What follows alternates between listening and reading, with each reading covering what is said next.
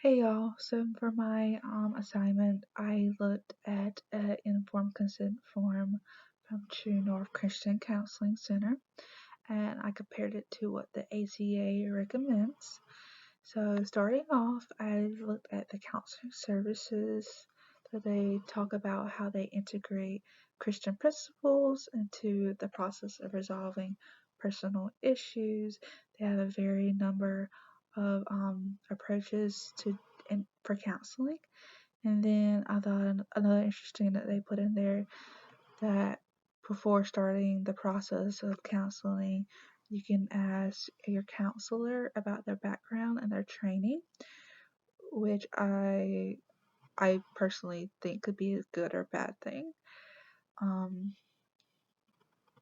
I think the word background could be interpreted in different ways, so I feel like it would need to be more clear on that.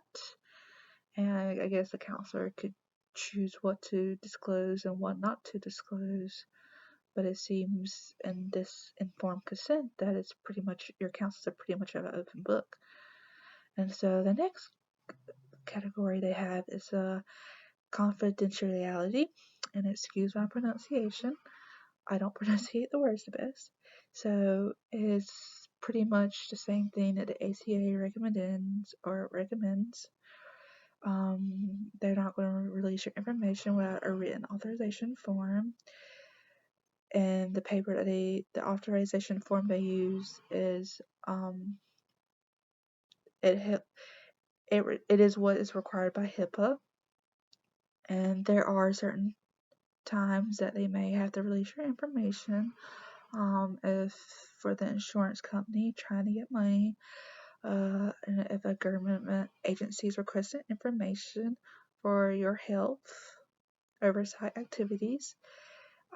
If there's a complaint against True North, they may have to disclose some information, and then sometimes, for the best benefit of you, sometimes they have to enclose information between other professionals, but those professionals are upheld by a code of ethics too, so they're not going to disclose your information either.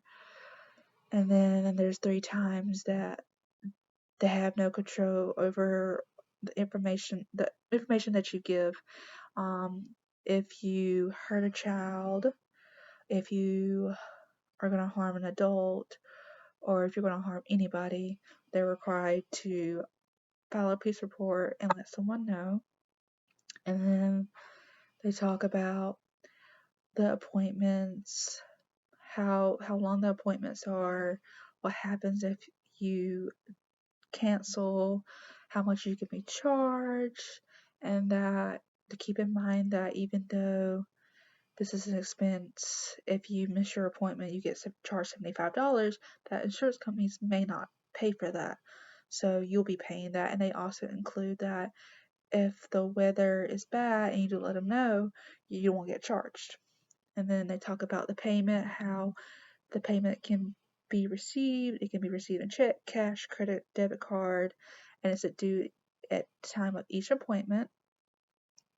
A receipt can be given to you to take to a third party. And then lastly, they talk about emergency accessibility.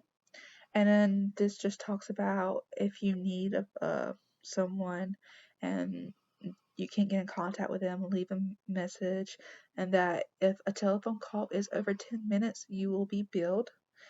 And then if um, you should go to a hospital or somewhere else if you feel like the need.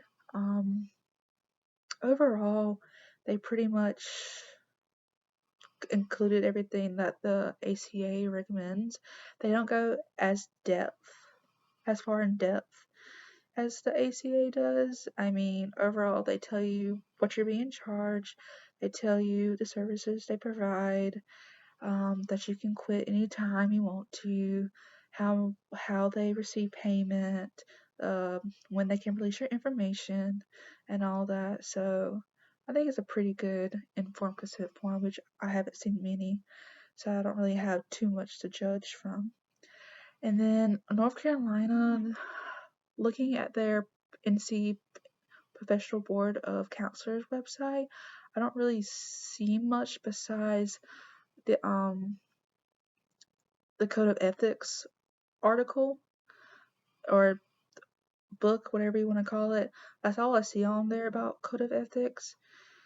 So I think NC just goes by whatever's in that book. But yeah, thank you.